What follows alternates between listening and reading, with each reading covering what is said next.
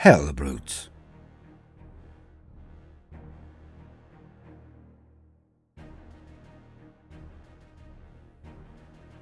I wake from my deep and luxurious dreams. I always rest well. The sleep of the just. Of course, this does not come without knowing how one can best unwind after a full day of good works. Like most, I have my luxuries. For the worshippers of the corpse god, this could be an heirloom toothpick, a comb, perhaps a sidearm, antiquated but effective. They have such small dreams, because they are suffocated by lies, their souls crushed under duty, their vision blinkered by deception, and their very existence as miserable as is possible. But I have different masters, more bountiful ones, and thus my luxuries are somewhat more grand. I unfurl every limb, every muscle, stretching wide and expansively. I feel the tension in my whipcord muscles. I bask in the sumptuous satin coverings as they brush against my skin. I'm a devotee of the Prince of Pleasure after all.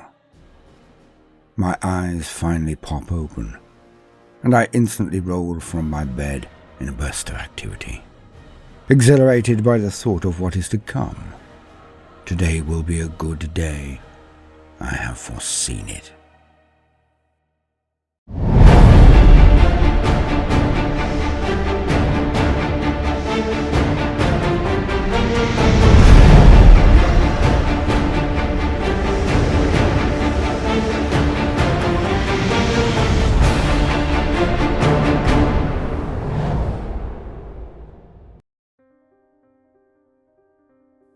Yes, it is finally time.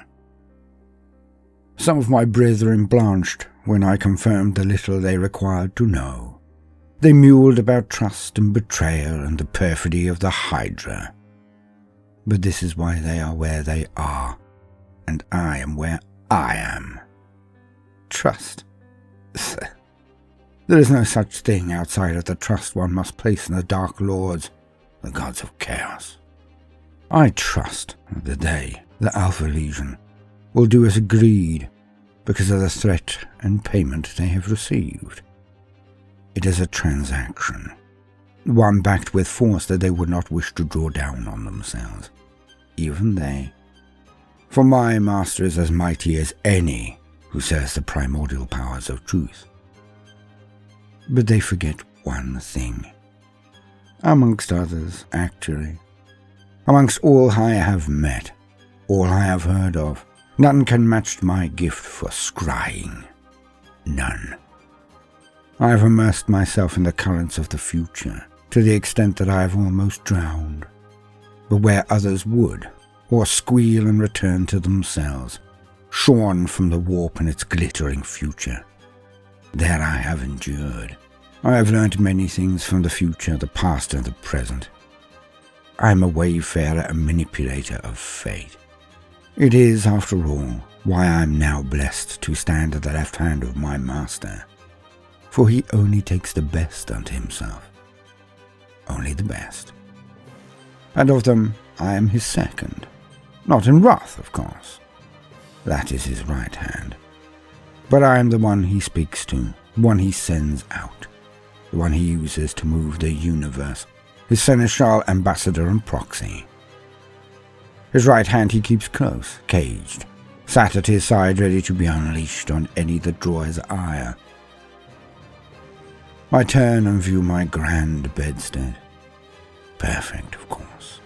But I now need that which it contains.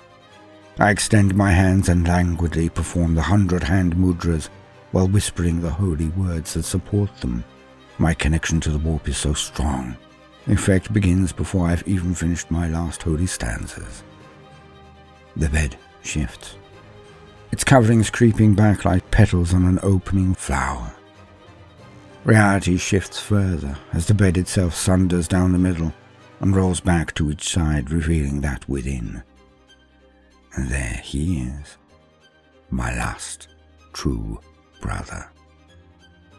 Ah, how long it has been since last we spoke. I paced towards the sarcophagus like a feline, savouring every second.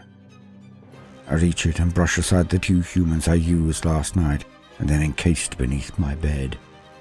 Their wailing, clawing and thrashing giving me endless peace during my slumber. Their desperation and despair adding a fine vinaigrette of fury to the dreams of my brother. A dressing that made the dining so much more palatable.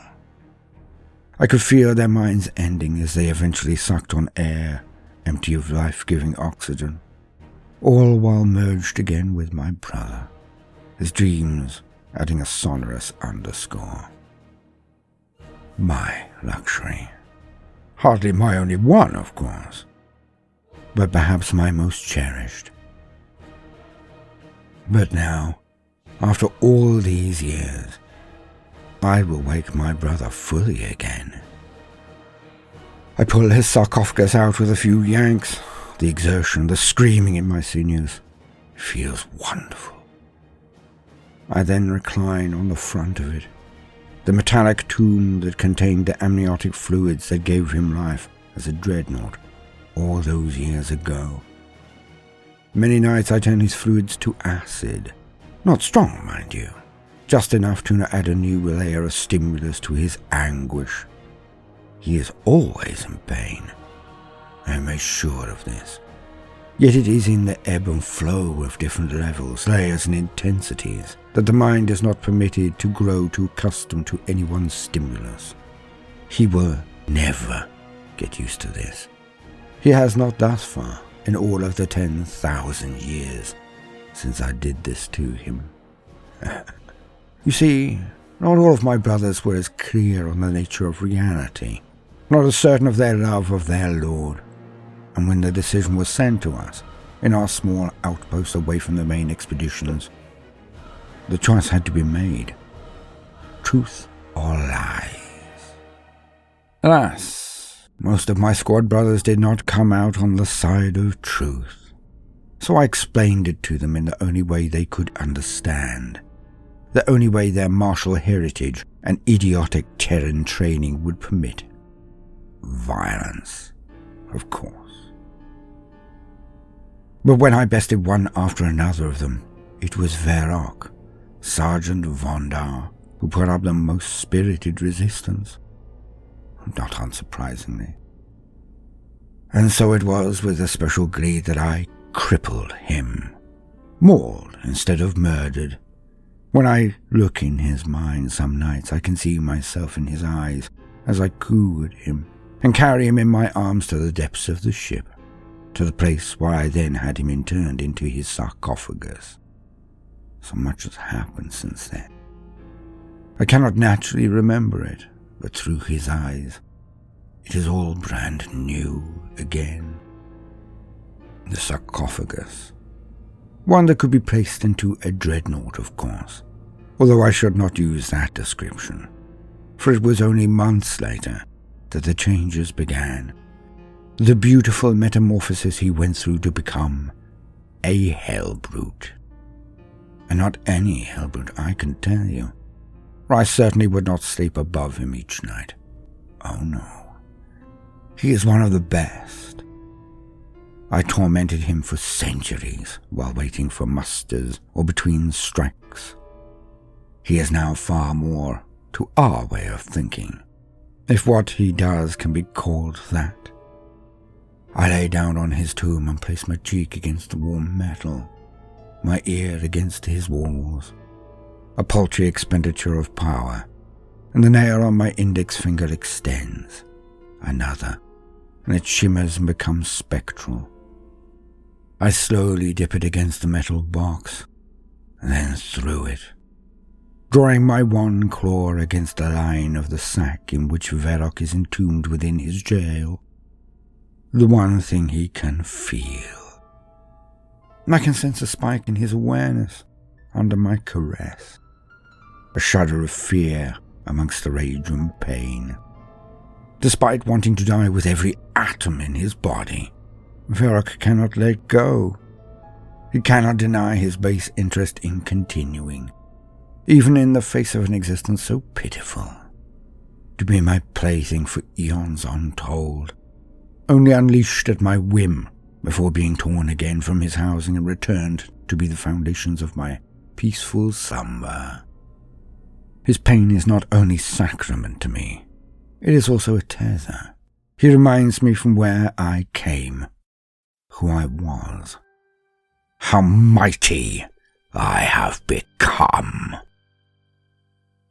I pull back my nail after one last prod that would seem to be just a hair short of enough force to burst his second skin. A last threat before I prepare.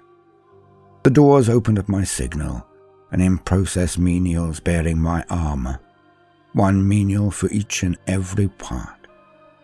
Once I've donned said armour, they will of course be threshed. They are not worthy to put their horrible paws on my finery, so they will be punished. Well, best is more the case really, for such as these, fed to the furnaces to pay our masters their due. Fully clothed in my warplate, my icons, my litanies attached, tears, blood and viscera of sanctity used to dedicate my armour to the service of the gods, as I've dedicated my mind and soul. The menials go to their doom now, as I truly enjoy the next moments. I drag the sarcophagus inch by inch, yard by yard, mile by mile, until I get to the hangar bay. I take pains to knock into every last outcrop, corner or obstacle as I go, buffeting that within. I sweat under the arduous challenge of it all. I am Astartes in my warplate. My strength is great, but even so, the sarcophagus is heavy. Of course, I could wave a finger and remove all weight from it, have the very air carry the thing to its destination. But where's the fun in that? Let it never be said that I take the easy route at the expense of ceremony. I have moved him thus in the scores of times I've permitted him a brief visit back to reality, back to being able to interact with it, back to a tiny glimpse of sensory stimulation outside of the pain I deal him every second of every day. He's my last brother of the crusade.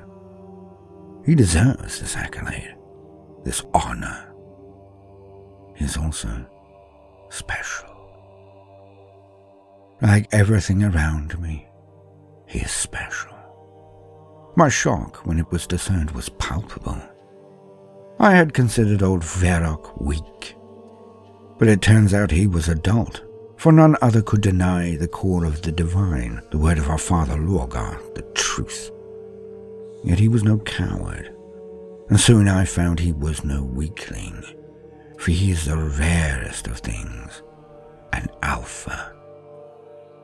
I have him loaded, as getting him here is the only part of my personal ritual. Then board the ship myself.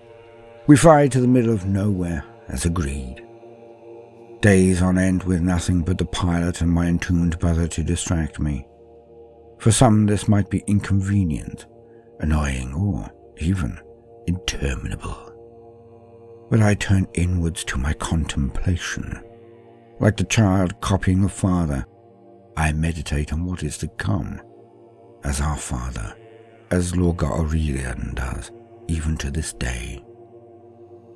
Eventually we are met by a fleet, small but compact. As the ships of the Hydra burst into light and life through a rent in space, we hail them. Precisely on time. Very difficult to manage, all things considered. Yet despite this fleet belonging to our allies, the Alpha Legion, not one ship has their sigil or banners on it. But I suppose that is for the best, as irksome as it may be to my sensibilities. One should never hide their love. It should be proclaimed from the highest mountains. I am sure their love of the gods is as bright as my own. that they are comfortable hiding in plain sight is their strength, though I find it disdainful myself. We fly into their hangar and are met by a formal embassage. Odd, but the Alpha Legion are never predictable. Tedious pleasantries are exchanged with their lord, a marine called Alfarius, of course. Aren't they all?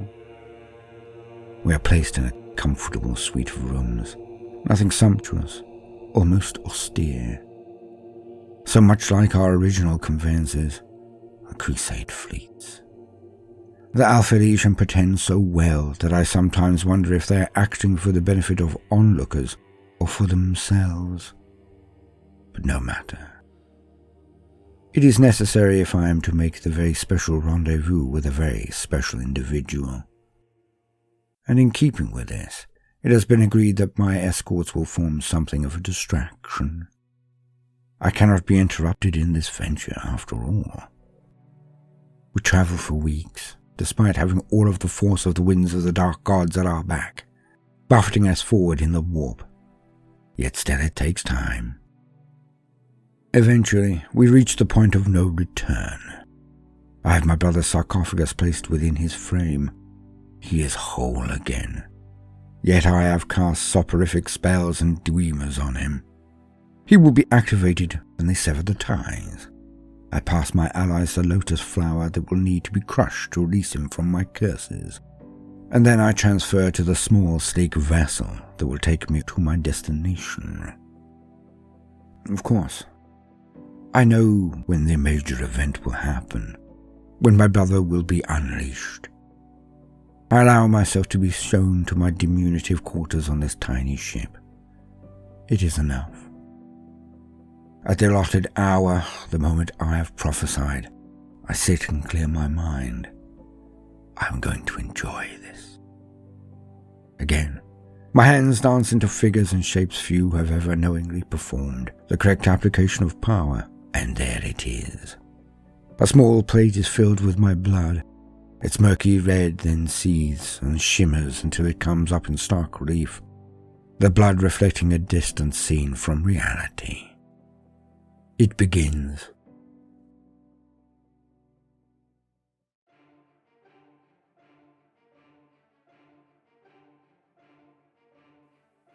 My brother is led to some huge doors that open as those guarding him quickly withdraw.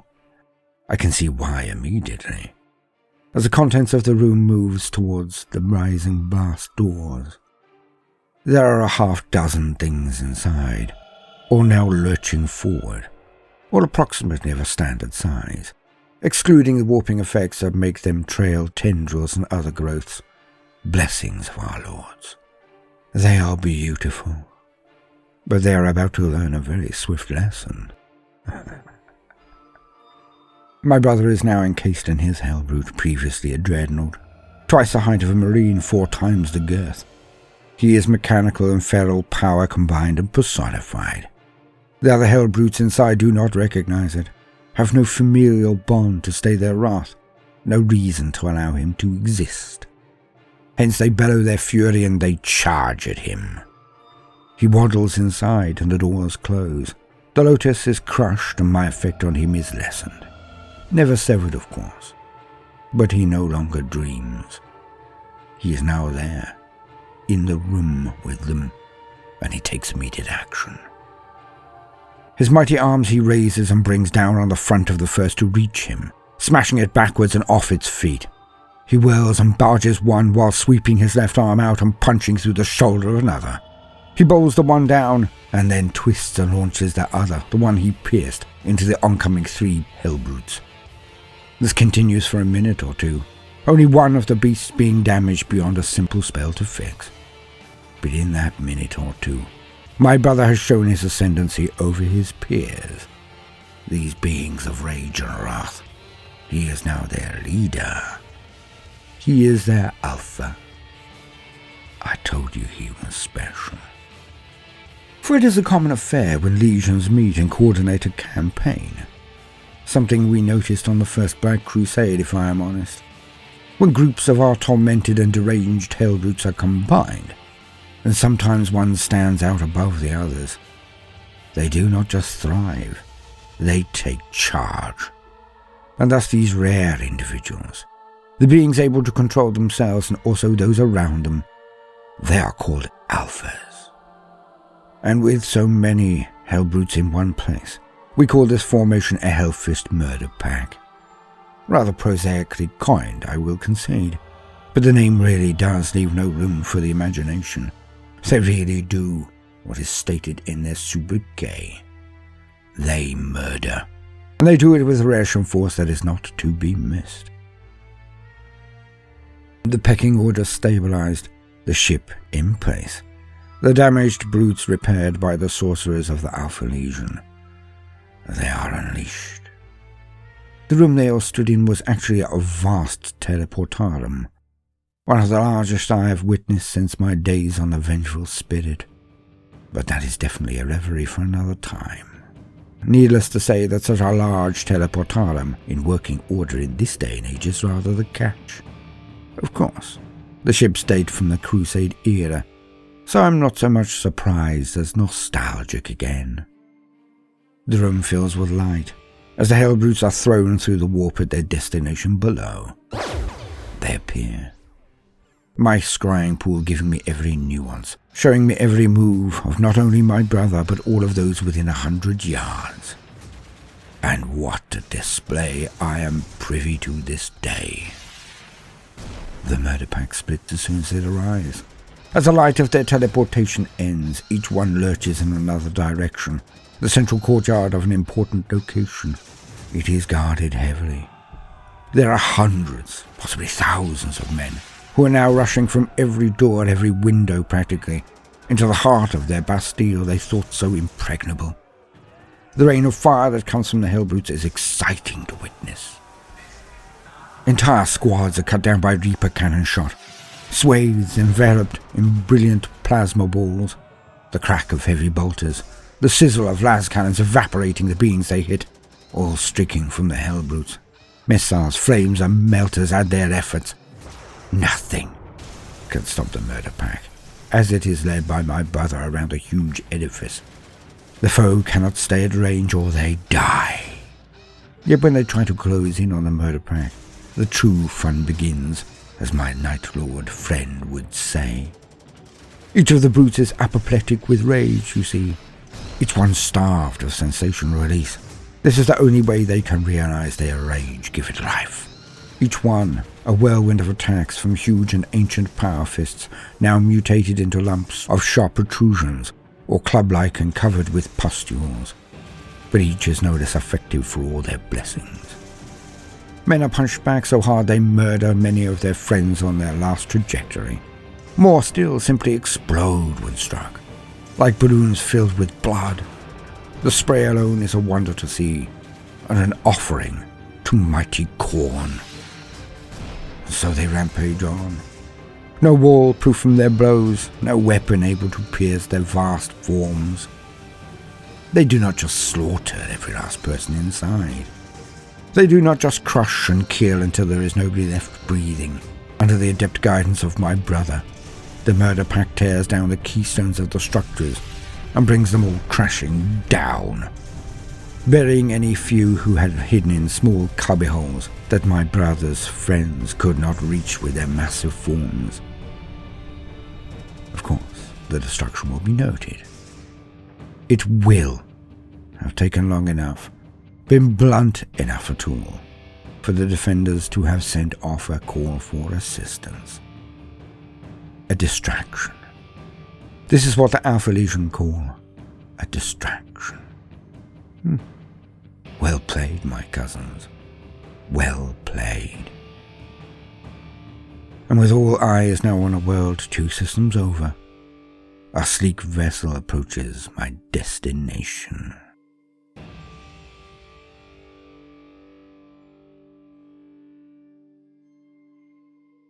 Story continues after the lore.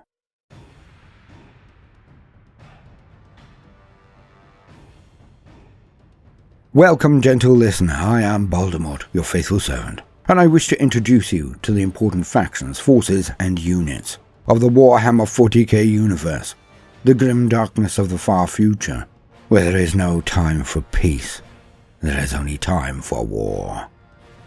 And today, we are to look at one of the units that epitomizes the difference in beliefs, perspectives, drives and goals between the forces of the Imperium and their erstwhile friends, the traitor legions of the Adeptus Astartes. For ostensibly, they appear very similar to the uninitiated. Oh, the models are different, the iconography, and nobody can state that the artists who have bent their wills to reflect these forces have not done exceptionally well in distinguishing one from the other. Yet there are so many base similarities. Both work on an unbridled faith, a certainty that they are holy warriors who fight with God quite literally on their side. Power armor, bolters, land raiders, dropships, they all seem so similar. Yet they could not be more different in the ways that they exhibit their faith, their cause. Despite both requiring annihilation on a cosmic scale, both come at a cost so high that no civilizations or people before this point would ever consider it to be worthy of the price.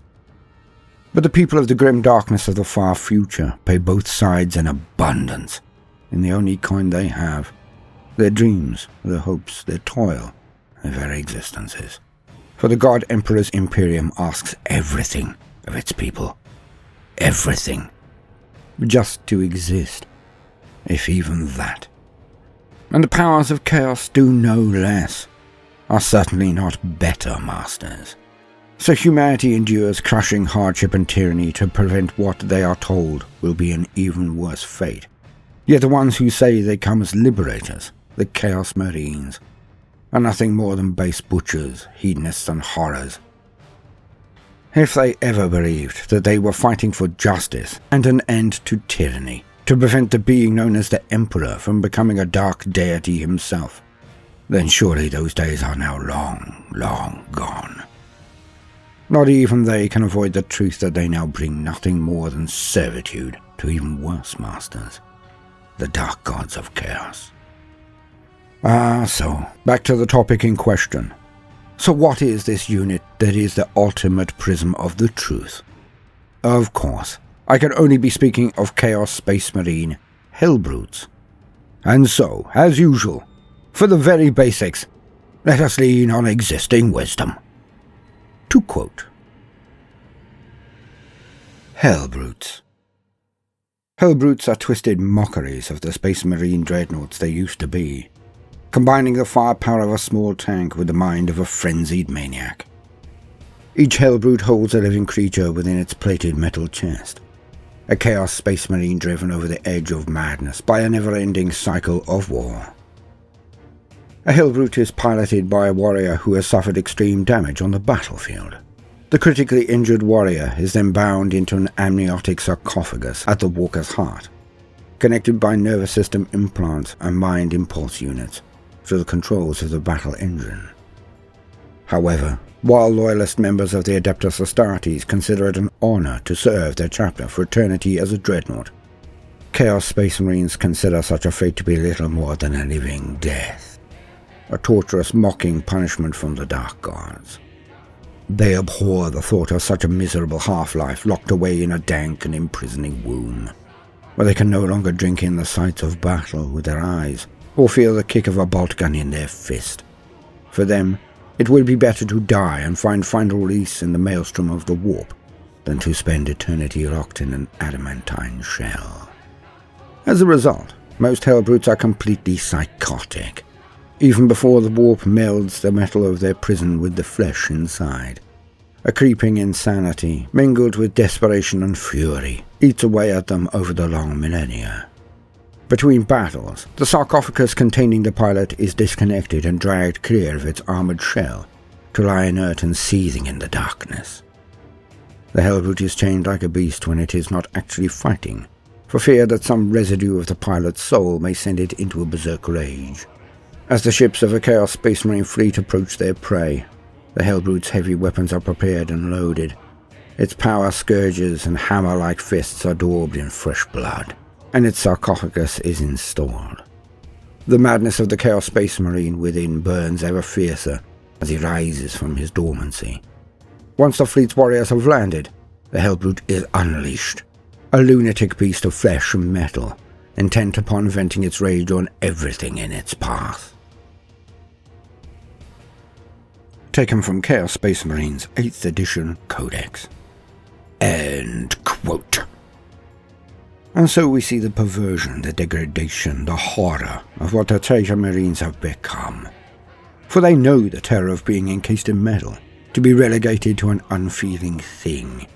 It is what they stated they began their rebellion over. Being treated like objects, resources, being forced to fight and die in the name of a being and people that would burn them as soon as their use was elapsed. The legions went over to Horus for varied reasons, for multiple complex causes and sites, real or just perceived. But more than anything, they stated that they turned and rebelled to prevent despotism. Tyranny in the form of their own sire, the Emperor. For Horus Lupercal was tricked by the Dark Gods. He was shown a vision of the future, what we now call the present, where the Emperor was worshipped as a god. It was anathema to him. But more than this, the real secret that made him turn was not jealousy, not rage, not freedom. It was to be remembered. Horus looked at the vision of the future where Sanguinius was past. His brothers Rogel and Yagatai, Gilliman and the Lion, and more, were all lauded, worshipped like angels of power beneath the Emperor himself. Yet he was not there. He and his brothers Fulgrim, Perturabo, Conrad, Mortarion, Lorgar, Magnus, Angron, Alfarius. None of these were present. They had been forgotten. But let us split no hairs, argue over no old bones. In the end, it was his own omission that terrified him. For he, the War Master, to be forgotten? It burned. To be replaced by his lesser brothers, many who he secretly feared or was jealous of, to be a footnote in an academic book. That is what made Horus fall.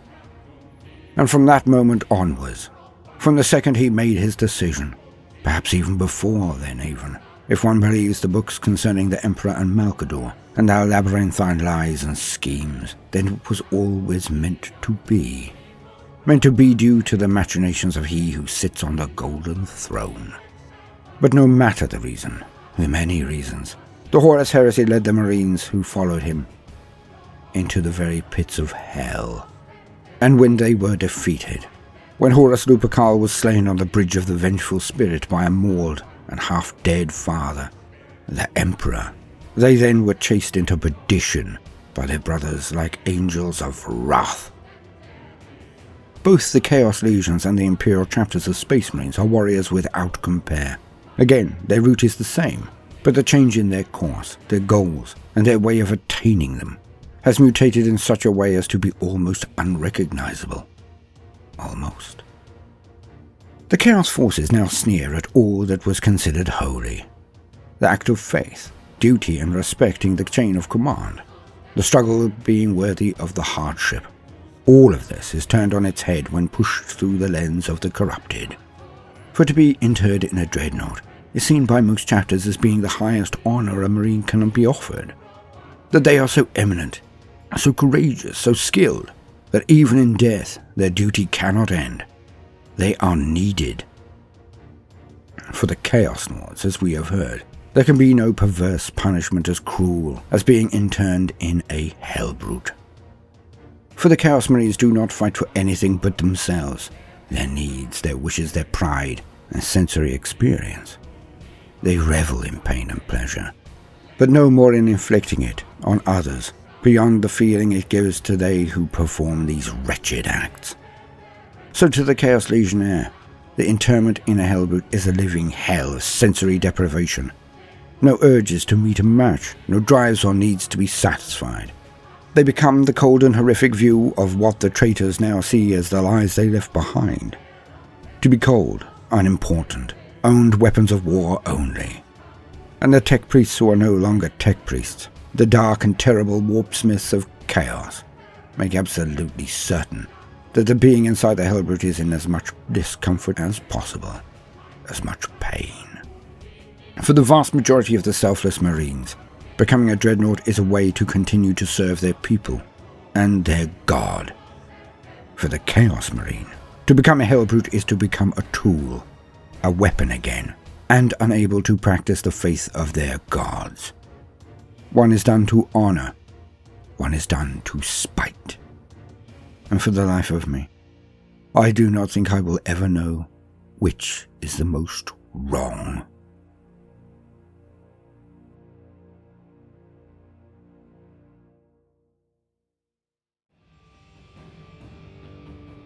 I have been Baldermort, your faithful servant. I hope you've enjoyed this brief introduction to Hellbrutes.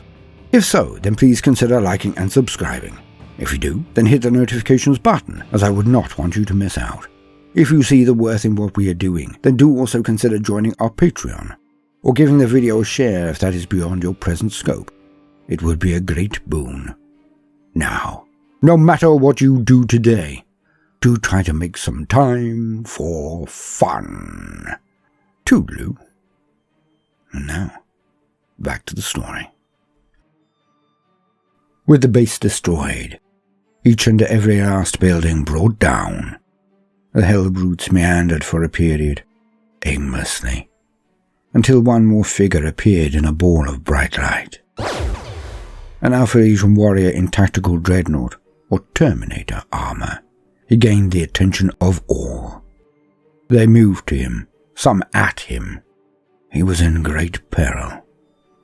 Or at least he was, until he took out the crushed lotus flower he had been given, and sprinkled a few drops of red viscous liquid on it. At that, the Alpha, the leader of this nasty collection of murderers, was now in his thrall.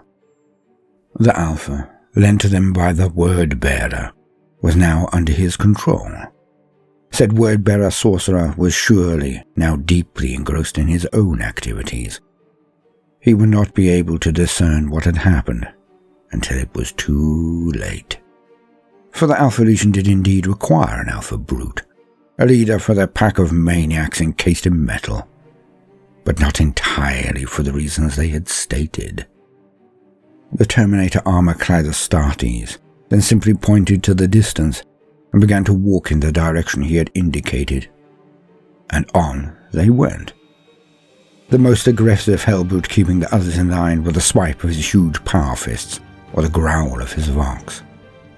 And on they trudged. It was slow going over the mountains, through the snowdrifts, through the valleys and over rise after rise. On they trudged. The half-dozen huge Hellbrutes carving paths in the snow, so that the one Terminator-clad warrior could follow. They strode on for days, always on, never tiring, never stopping, never conversing, never questioning. Their leader could not even formulate the thoughts required for a question, but while he obeyed, then all others had done so too. The ice and snow would have damaged even standard dreadnoughts, so bitter was it, but not these. Not Hellbrutes. For many had self-repairing effects from their many gifts from the dark gods of chaos. Those that did not were so seething with perpetual rage that they would barely have even registered if they had waded directly into lava. But eventually, they came to the end of their sojourn. All now stood before a huge mountain at its base. It must have been larger than any that they had witnessed in all of their long and twisted existences. The warrior in the Terminator armor merely walked to the mountainside and outstretched his hands and placed them on its surface. He fidgeted and shuffled down one side and then up the other, always stopping every 50 paces and placing his gauntlet-covered hands on the side of the mountain again. The Hellbrutes stood silent and still, a miracle unto itself. But even they could sense it. Even through the red mist, the blood vision, the rage that had eaten their consciousness millennia ago. Even they. And when the search was finally over, the Marine having located the site specifically, he took 20 paces back from it and merely pointed to the area.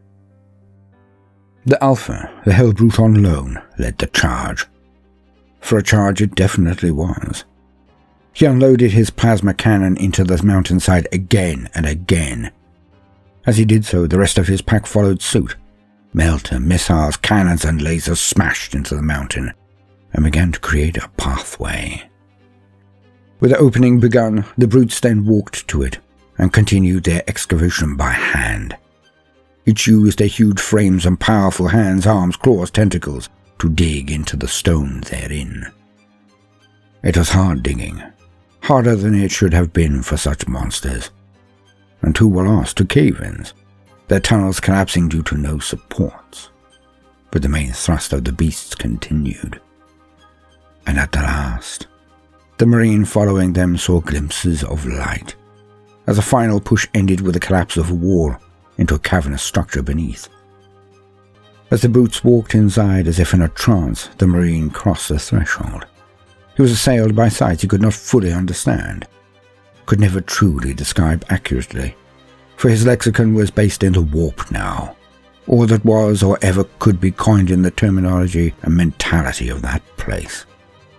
For others it might not have proven so difficult, for they now stood in what was a pristine and perfect corridor. Metals that gleamed and reflected the light that seemed to come from no discernible source. They were just lit. And when the beings walked down the corridors, sections that were in front of them lit up, and those behind then darkened.